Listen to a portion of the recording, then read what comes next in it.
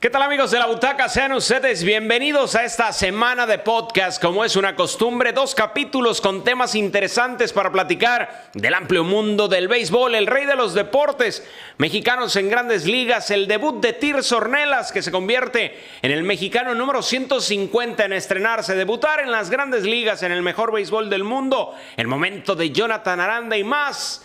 En este capítulo número 1 de podcast La Butaca, en esta semana regresando de vacaciones, Fabricio Urias, ya con un bronceado, pero qué bárbaro, al estilo de Miami.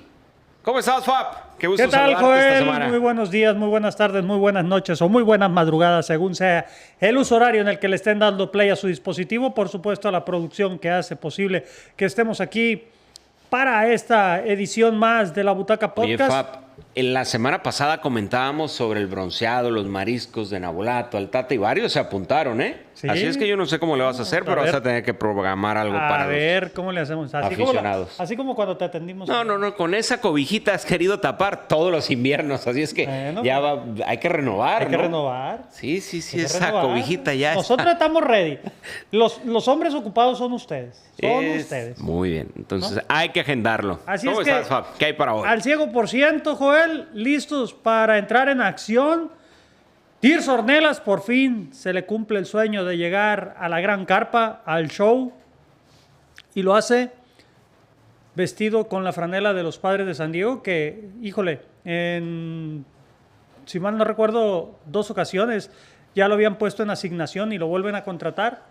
Y el tipo, después de que el año pasado tuvo una espectacular campaña y de que había sido integrado al roster de 40 peloteros del conjunto grande, no recibe la oportunidad en la fecha límite para ampliar a 40 el roster de peloteros activos. Sin embargo, este año hace el campamento con el equipo grande, termina siendo recortado en los últimos días. Sin embargo, rápidamente es llamado antes de que se cumpla el primer mes de temporada, y ahí está, ¿no? Ahí está, ya teniendo actividad.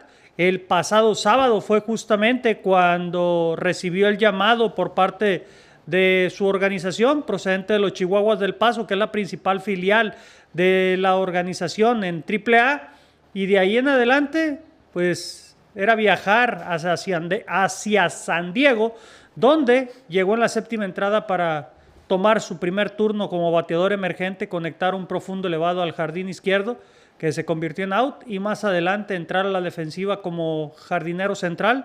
Pero ya en la 9ª entrada, cuando tuvieron corredor en segunda, vino Yuli Gurriel como bateador emergente para sustituirlo y con ello terminar su actuación en su primer día como pelotero del béisbol de las grandes ligas. Y justamente el lunes fue cuando tuvo la oportunidad de iniciar como titular, y fue en un juego donde actuó como quinto en el orden y tuvo la oportunidad en la misma primera entrada de que le impulsara la primer carrera de por vida en el béisbol de las grandes ligas, con un roletazo que fue bola ocupada, y al final de cuentas Fernando Tatís Jr. se descuelga desde la antesala para así anotar esa carrera, que a la postre, pues bueno, no sirvió de poco, porque el equipo de los Padres de San Diego terminaron cayendo por marcador de 6-4 ante los Tigres de Detroit en el Comerica Park.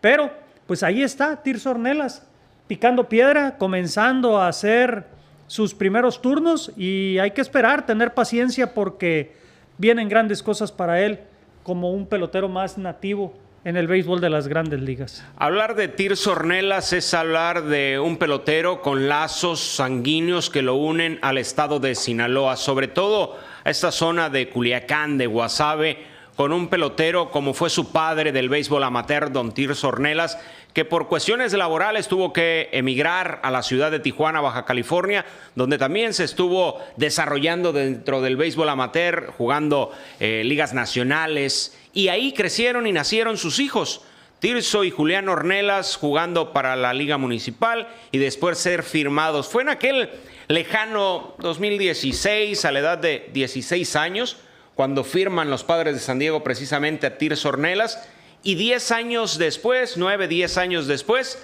le llega su firma y su oportunidad para debutar en el béisbol de las grandes ligas y convertirse en el mexicano número 150 en la historia de las grandes ligas. Y el pelotero número 28, ¿no?, en la franquicia de los Padres de San Diego. Que ese es un buen dato, porque históricamente Se ha hablado de que Padres es una organización que le da poca oportunidad a mexicanos, que le da poca confianza, que si bien los debuta, prácticamente cuestión de meses se desprende de ellos y en los últimos años han sido varios los casos. Parecía que la oportunidad no llegaría para Tirso Ornelas y se dio esa oportunidad, se dio ese momento. Y cuando llevamos 23, 24 juegos, 25, hoy el equipo con 2 debuts en Grandes Ligas son precisamente los Padres de San Diego. Omar Cruz, que arrancó temporada. Tan mencionado, tan señalado, tan criticado, de racista, de poco confiar a los mexicanos, Omar Cruz y Tirso Ornelas debutando en la Gran Carpa. Son justamente los 2 peloteros y hay que recordar que más atrás pues vieron acción peloteros de la talla de Oliver Pérez, el propio Rodrigo López con ese Javier Arturo López, equipo, Javier Arturo Andrés López, que Muñoz, había sido firmado por la organización de los Dodgers de Los Ángeles, pero que en una transacción, en un movimiento, lo enviaron al equipo de San Diego y ahí fue donde vio su debut. Walter Silva también es otro pelotero que ahí vio acción. Roberto La Metralleta Ramírez, el caso también de Gerardo Reyes, así como lo mencionas, Andrés Muñoz y otros peloteros más que han pasado por esa organización y que definitivamente han tenido la oportunidad de debutar en el béisbol de las Grandes Ligas. A mí no me gusta mencionar la palabra racismo dentro de una organización, pero los que están, digamos, con el crédito para señalarlo son aquellos que lo han vivido. Aquellos que tienen y son una voz autorizada son los que han estado dentro de estas organizaciones. Yo me iría más por circunstancias del béisbol. Algunos le llaman suerte, otros le llaman estar en el momento indicado ante la situación indicada, una lesión, un cambio de manager, ciertas circunstancias que se dan dentro del béisbol para que se llegue tu oportunidad. Sí, definitivamente, y es cuestión de paciencia, ¿no? Para poder recibir ese chance que en muchas ocasiones, híjole, cuestión de suerte también, ¿no? Porque hemos visto cuánta cantidad de peloteros que pudieron haber debutado y simple y sencillamente nunca les llegó ese... A Jorge Chato Vázquez. Jorge el Chato Vázquez puede ser. La historia de Joey Meneses que terminó por cristalizarse su sueño. Pero se le estaba pasando el tren. Parecía que eso sucedería con Joey Meneses. Parecía que eso se le iba a pasar ya con más de 10 temporadas y Tirso Ornelas no iba por otro camino diferente al de Joey Meneses. Sin embargo, logra tener esa oportunidad. Tienen paciencia los Padres de San Diego porque, como se los comentaba anteriormente, el equipo ya lo había colocado en asignación, ya lo había mandado a lista de waivers. Y también había sido reclamado por regla 5. Entonces, este era un pelotero que ya debería de haber dado el paso desde hace mucho tiempo. Sin embargo, los Padres de San Diego mejor decidían detenerlo, hasta que por fin se le da la oportunidad y es justamente este 2025 ahora, cuando Fabricio, llega esa bendita oportunidad. La gran para él, ¿no? pregunta: ¿cuál es el futuro inmediato para Tirso Ornelas? ¿Qué herramientas tiene para mantenerse en Padres ante el tráfico en los jardines, ante la experiencia de peloteros como Hayward, como el propio Gurriel? Creo que y con los antecedentes que tiene la misma organización de rápido desprenderse de peloteros. Jason Hayward y Yuli Gurriel son 2 peloteros que ya van de salida.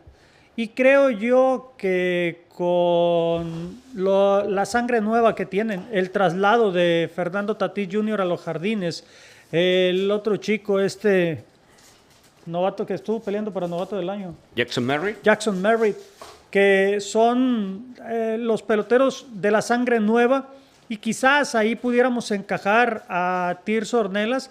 Creo que ellos pudieran ser la cara en el futuro en los jardines para el equipo de los Padres de San Diego, porque como te comento, tanto Hayward como Gurriel ya son peloteros que van de salida y que simple y sencillamente están para cubrir necesidades en el arranque de la temporada, pero creo que ellos ya no tienen la estamina suficiente para poderse mantener una campaña de 162 encuentros en la Gran Carpa. Va a ser muy difícil para ellos. Ellos ya son peloteros bastante longevos que deben de irle dosificando la carga y por ende difícilmente van a poderse mantener toda la campaña con el equipo en el equipo grande, ¿no? Sí, por ahí hay otros peloteros como sí. No tienen la misma proyección.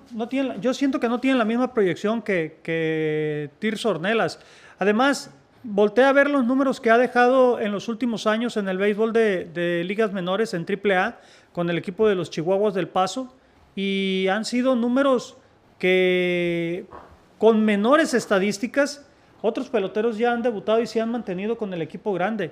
Entonces yo no veo por qué no pueda él recibir esa oportunidad que tanto se le ha solicitado a la organización de los Padres de San Diego por parte de la fanaticada, y creo yo que así como le tuvieron paciencia para que pudiera detonar en ligas menores, también deben de tenerle un poquito de paciencia en el equipo grande con la intención de que pueda encontrar su ritmo, porque seguro estoy que va a comenzar a batear, y cuando eso haga difícilmente lo van a poder sentar y va a ser uno de los jugadores de todos los días con el equipo de los Carmelitas. Hay peloteros como Oscar González, el propio Gavin Sheets, que en estos momentos está tomando el lugar que deja Luis Arraez ante la lesión.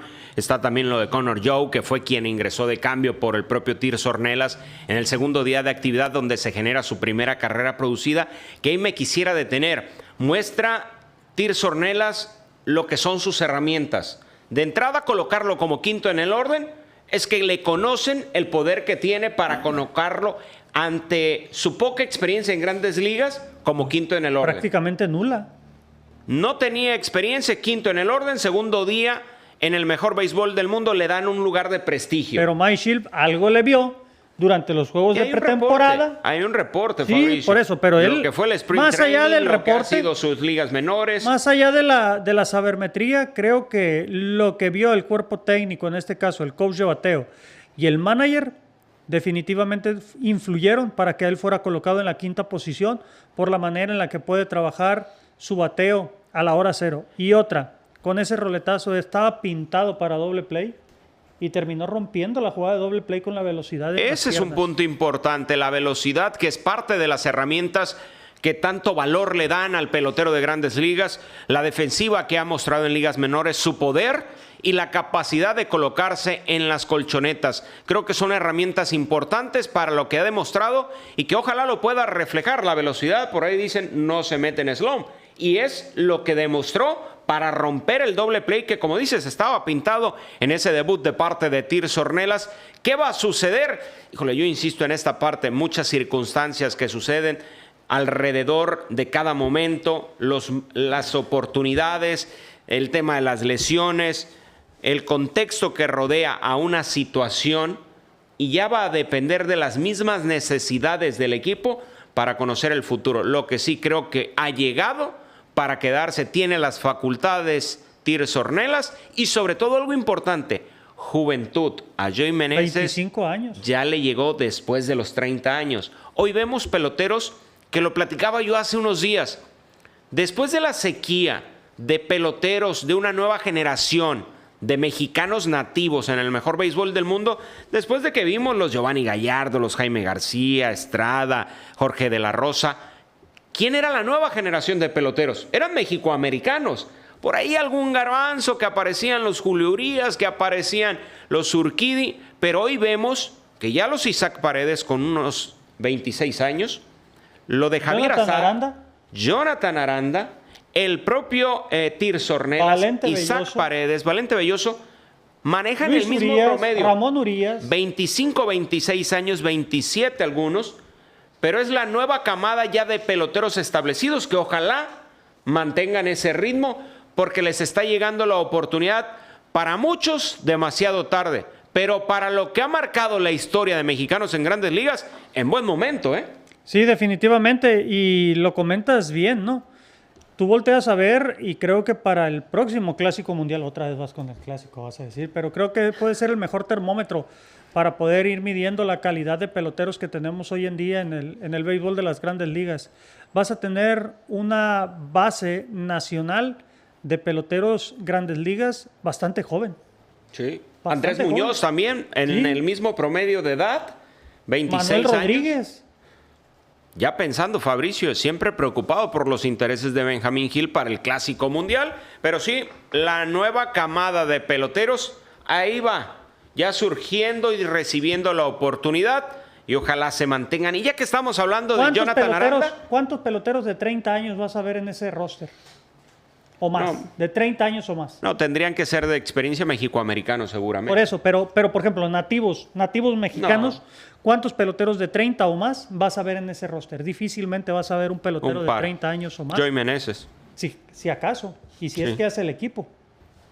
No, para el Clásico Mundial, Porque con Jonathan Aranda, Rowdy Telles, pero con Papá Gil, con Benjamín Gil, dirigiendo al equipo mexicano. anda.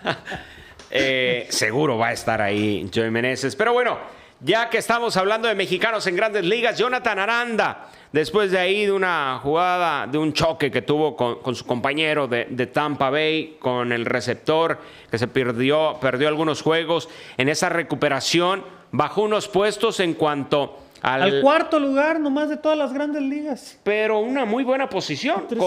codeándose con lo mejor del béisbol de las grandes ligas. Sí, y en la americana nomás por encima de Aaron Judge. Pero regresó y tuvo un gran juego ante los Yankees con Wolkoff. Sí, el pasado sábado terminó Entonces- conectando y es el primer pelotero en la historia de un mexicano nativo de este país que le logra conectar un cuadrangular walk-off, un cuadrangular golondrino, como le decimos por acá, al equipo de los Yankees de Nueva York para definir un encuentro, y ese fue Jonathan Aranda, que ha tenido una tremenda campaña, ya 4 cuadrangulares, lleva paso para conectar por lo menos 25 a 30 tablazos de 4 estaciones, ¿eh?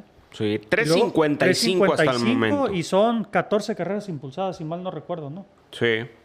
Entonces, una buena cuota, y tú volteas a ver las cifras de Juan Soto, que es uno de los hombres mejor pagados en el béisbol de las grandes ligas en Dale estos con momentos. Juan Soto. Y no se comparan las estadísticas que tiene uno con el otro. Pero digo, hoy lo disfrutamos como mexicanos, es apenas el inicio.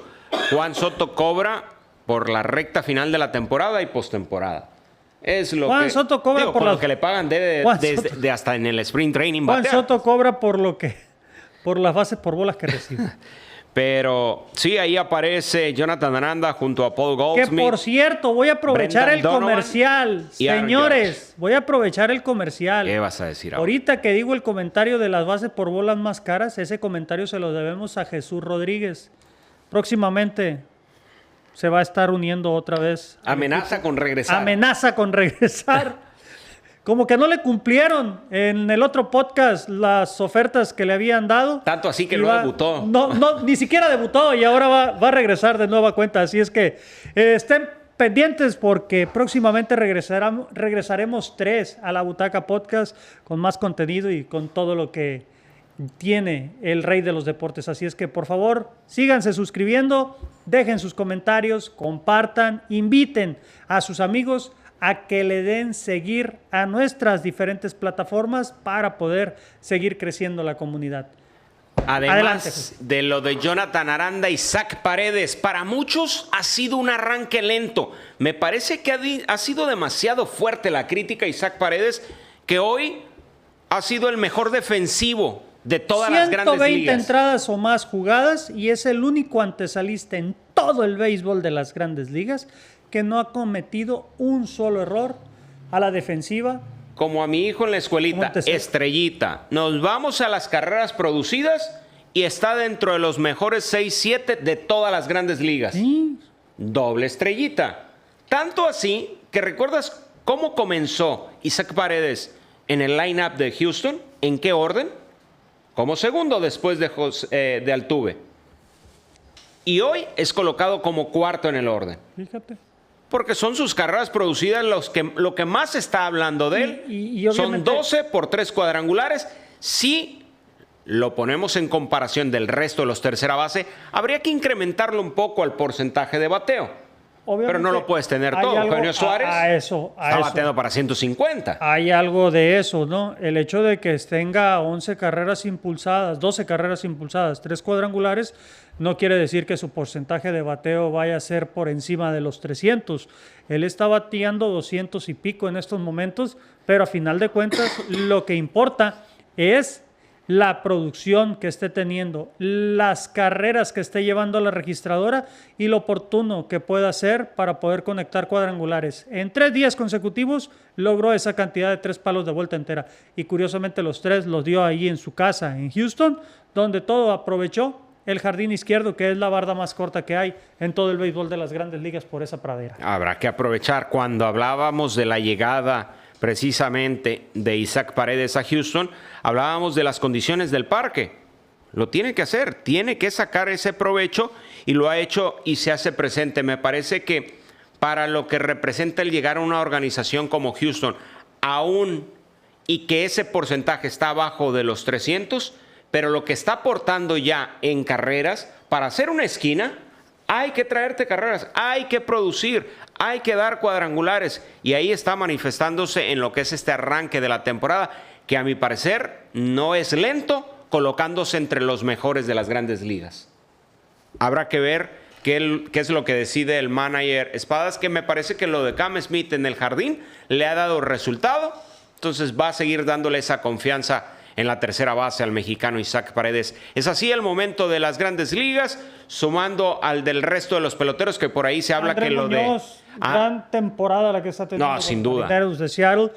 Ya 7 rescates, es el sublíder y bueno, su efectividad sigue siendo inmaculada, 0.00 en carreras limpias admitidas, 1 ganado, 0 perdidos, 14 chocolates, solamente un pasaporte otorgado y lo más importante de todo esto, el control que está teniendo y la velocidad espantosa que está demostrando este año, porque ya levantó las 105 millas. Hasta el momento, ningún otro lanzador ha superado el umbral de las 105 millas y en este caso Andrés Muñoz ya lo hizo y eso se gana a base de trabajo, de consistencia. Estaba platicando con un amigo de los Mochis y me estaba diciendo que él durante toda la temporada invernal, todo el invierno, desde que llegó a los Mochis para descansar o pasar el invierno ahí en su casa, se concentró en la unidad deportiva Aurelio Rodríguez y Tuarte, se concentró ahí para ir a trabajar doble sesión de pista. En la mañana, trote a fondo, 5 o 10 kilómetros según sea la rutina, y por las tardes sprint, trabajo de resistencia, trabajo de fortaleza, con la intención de fortalecer sus piernas y que su brazo estuviera en condiciones. Hay que recordar que él el año pasado sufrió y no estuvo presente en una parte de la temporada debido a una molestia en una de sus piernas, luego de que había sido sometido a una cirugía en uno de sus empeines. Además de que él ya ha sufrido de la cirugía Tommy John.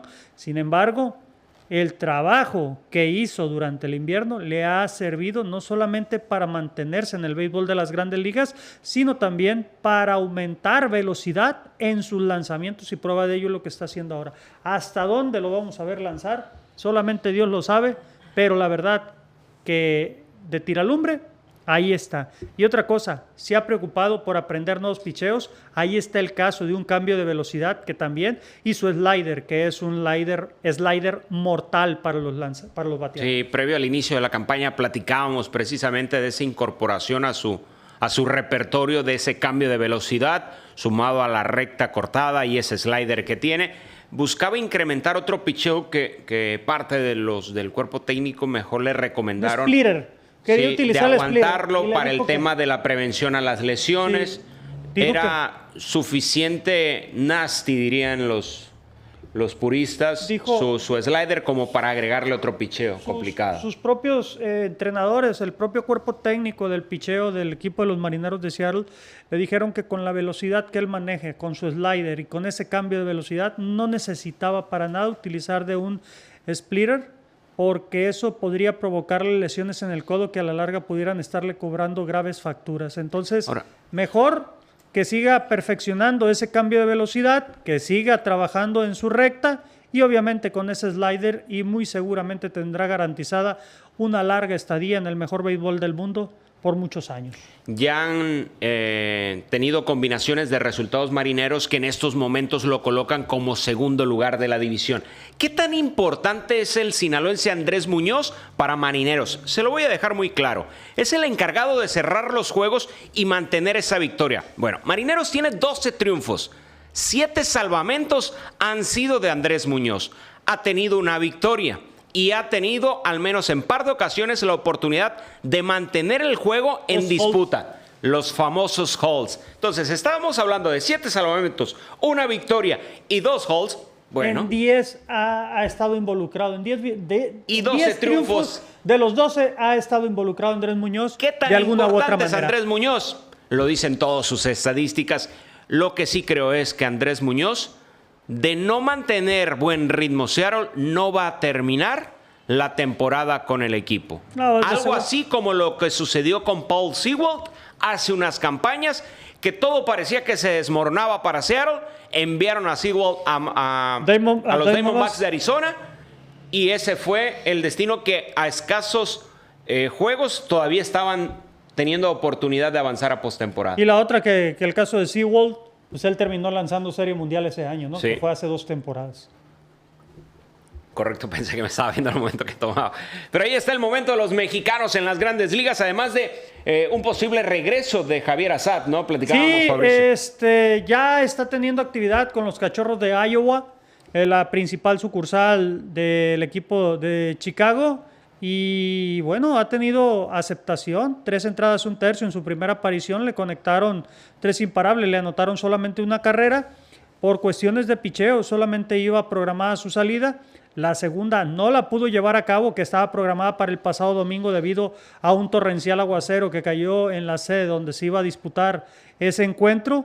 Y bueno, quizás le quedará una u otra salida más, quizás 2 salidas a lo mucho, para poder que él llegue de nueva cuenta a ocupar un lugar en la rotación de los Cachorros de Chicago, que ha sido un equipo que ha arrancado muy bien la temporada, a pesar de que terminó perdiendo sus primeros 2 encuentros en Tokio, en aquella Tokyo Series, cuando a mediados del mes de marzo arrancaban los Dodgers de Los Ángeles y los Cachorros de Chicago la temporada 2025 en el lejano oriente. ¿Algo más que desees agregar antes de cortar el primer clip, Fabricio, Pues de esta listos, semana de ¿no? podcast? Solamente invitar a nuestros amables seguidores para que se sigan suscribiendo, dejen sus opiniones en la caja de comentarios, los invitamos a que compartan, a que le den like. Estamos en el Facebook, en el TikTok, en el YouTube, por supuesto, y también en Instagram. Así es que síganos en todas las plataformas para seguir haciendo comunidad y poder seguir generando más contenido aquí en La Butaca Podcast. Nos vemos en el siguiente episodio de una transmisión más de La Butaca. Perfecto, muchísimas gracias, Fabricio. Y le llegó la hora al de sangre, pues digamos, sinaloense, para aquellos haters que dicen que todo se hace en Culiacán y todo mencionamos de Culiacán. Pues con sangre sinaloense, Tirso Ornelas le llega su debut en las grandes ligas y se convierte en el mexicano número 150 en la historia del mejor béisbol del mundo y el número 28 en la organización de Padres de San Diego, tan señalada de ser una organización que poca confianza le tiene a los mexicanos. ¿Qué va a pasar con Tirso Ornelas? Las herramientas que han mostrado en ligas menores y al menos los avisos que ha dado en este inicio de las grandes ligas, en su etapa ya como pelotero profesional de los Padres de San Diego, parece anunciar que será el primero de muchos juegos en el mejor béisbol del mundo. A nombre de todo el equipo de La Butaca le decimos gracias. Un mexicano más ha llegado a las grandes ligas. Excelente día.